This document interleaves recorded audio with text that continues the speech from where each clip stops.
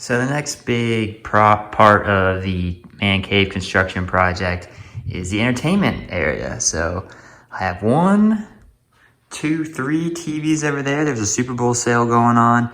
So my wife, as I said, she's the coolest girl I know. Was all right with me getting 3 of these TVs for the man cave, multiple sporting events on at a time. Gotta be able to watch them all. And the plan is to put them possibly in this corner, see how that looks, maybe rearrange it against this wall. I put one of the TVs together already, just want to make sure it works and see how big of a stand I would need. So that one works, it's put together. Now I gotta put these two together. So I put all the legs on TVs, made sure they all work, and now got to work on the TV stands. Currently in the process of putting one of them together. These came in today, actually delivered by FedEx. So once I get them all assembled, should be able to figure out how they're gonna look either in the corner or along that wall, and then we should be able to put the TVs on top. All right guys, so the stands are assembled, put them in the corner. It could work, but the seating would be right in the way of the stairs. So we're gonna move some stuff and put the stands against this wall and see how they look with the TVs on top. I think I like how the TVs look against this wall. We might just keep it there. Had to move a bunch of stuff in the middle of the man cave for now. But yeah, the TVs I think look good there. I'm gonna put something to sit on this side. Maybe put another shelf over there. Already got a shelf somewhat here. Maybe move that one. But yeah, that is going to be the media entertainment area. For sports, video games, wrestling, you name it. You may notice these 3 shelves I have not put in yet because those are for I kind of want to see where the video game consoles are going to go and how high I need to adjust those. I haven't put those in yet, but yeah, that is what the TV area of the man cave looks like.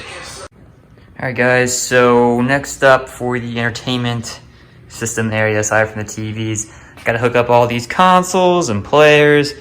These were in the guest room in these tubs, and I finally brought them down in the man cave. The only console I most likely won't be putting here is my PS4 that's currently in another room with that's hooked up, and we usually it's like a main gathering room for when we host people and stuff, and it's just a good setup for the PS4 up there, so I probably won't move it down here. But the PS2, the Wii, the Super Nintendo, everything else I have, it's gonna go onto these TVs, as well as a DVD VCR recorder, and hopefully I can get a 4K player soon. Gonna hook it up to one of these TVs as well. So last night, I think I finished pretty much getting all the consoles and stuff that I have pretty much into place. We're currently waiting on a switcher and a couple more things before I can actually plug these into the switchers so they can then plug them into the TV. I'll detail that more once I get the switcher in. But yeah, that's kind of, I guess, the rough draft of how it's going to look. I may have to move things around.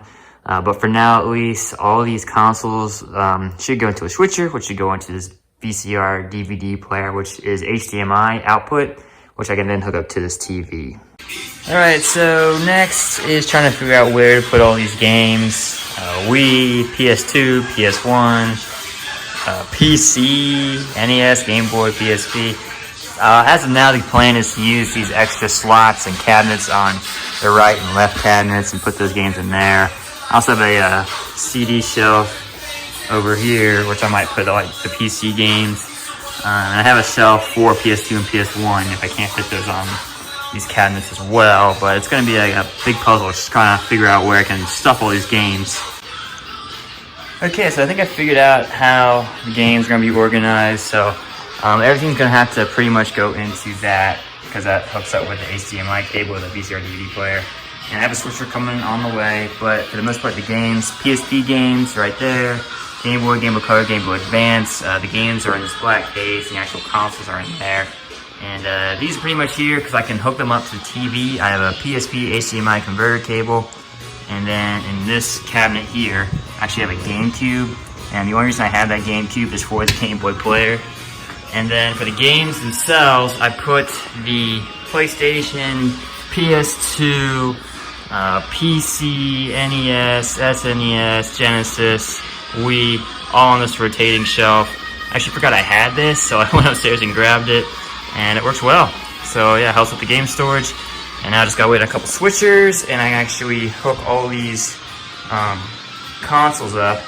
And then for the power of it, I'm actually got a surge protector behind here with all the consoles hooked up. And the surge protector itself has a really long cord. Just hook that up to this extension cord, which is grounded. And it's going to go into this outlet, but I don't want it sapping power when I'm not playing with any of them. So I have a switcher here. I got this at Home Depot, and it's remote control. So I can just plug the cord into the switcher, plug that switcher to the outlet, and then whenever I feel like playing, just push this remote, and that should turn the systems on and off pretty easily. Okay, so in order to watch TV, I gotta put an antenna. So I went to Best Buy, got this antenna, which we use throughout the house. I love it. And I'm gonna hook it up to a four-way splitter. 3 of those are gonna go into these 3 TVs. And then the other one's gonna go into this converter box so I can record live TV if there's anything I wanna watch later. All right, so the switcher finally came in. It's kind of waiting for a couple hours for it to be delivered. It's got 8 inputs, which is all good. So get all these consoles hooked up into this. This will be hooked up into this DVD VCR recorder down here, which is hooked up to TV via an HDMI cable. Okay, so I think I got all the consoles and players hooked up to this input switcher, as then hooked up to this DVD VCR recorder, which is hooked to the TV via HDMI cable. So I plugged everything in, got the switch there. I hit the button already to turn on all the consoles, just for the purposes of testing it out, make sure it all works. So let's go. The player's already on. We got this set to input 1, which should be this tuner. So let's turn this on. There's the blue light. Should pop up on the screen. Perfect. There it is. I believe the Daytona 500 is actually on this channel right now. So yeah, that works. Good deal. Let's turn off the tuner. And then we'll switch this to input 2, which should be the PlayStation 2, which is right here. So let me turn this on and hit the button. Back up and we'll see if it's on. Perfect. Sony Computer Entertainment presents probably one of the greatest video game consoles of all time, the PlayStation 2. So that works, cool. So let's turn this off, and then we'll switch it to input 3, which should be the Wii. So let's turn this on. Got the green light. I should see the little warning. Yep, perfect. Wii works. Turn this off. Okay, and we'll switch it to 4, which I think is the GameCube for the Game Boy player specifically. So let's turn that on. Just get the logo. Yep, good deal. GameCube works, so let's turn this off. And then we'll switch it to input 5, which should be the Retron, I think. I put a game in there because that's the only way these old school consoles boot up, is if you have an actual game. So let's turn on the Retron. Should get the Mortal Kombat load up screen, hopefully.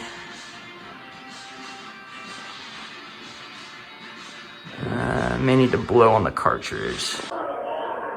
I tested another game, Super Mario All-Stars for the Super Mario World. So that works, so that's a good sign that the Retron is working. Maybe just my copy of Mortal Kombat 2, which might not be working. I might have to try and clean that out later.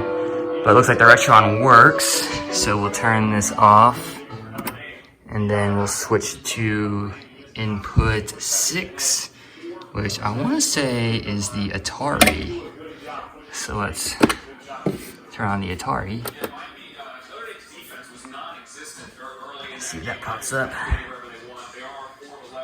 Nope, not the Atari. Looks like it's actually this snowboarding game, which is like, I guess you could say it's a predecessor to the Tony Hawk Ride games. Really hard to play. Let's see. Got sound, don't see any picture for it, so let's try and figure that out. Okay, so I'm an idiot. I plugged the yellow video cable into the red audio port instead of the yellow video port. So let's turn this on and make sure it works. Perfect. So snowboarding still works, which is a very good thing. Because I said, it's kind of like that Tony Hawk Ride game that came out in like '07, except Um, much more simpler, and the graphics kind of look like Super Nintendo. You actually got to stand on the snowboard on this little stand. All right, so we'll turn that off. Switch it to input 7, which I believe this one should be the Atari. Yep. There's the Atari. Awesome. And last but not least, input 8, which is this random 10-in-1 plug-and-play thing I found a while ago. And yeah, let's just turn it on, make sure it works. Cool. There it is. So yeah, all 8 inputs work. Got sound, picture, good deal. And we'll turn that off. So this input switcher, all the inputs work.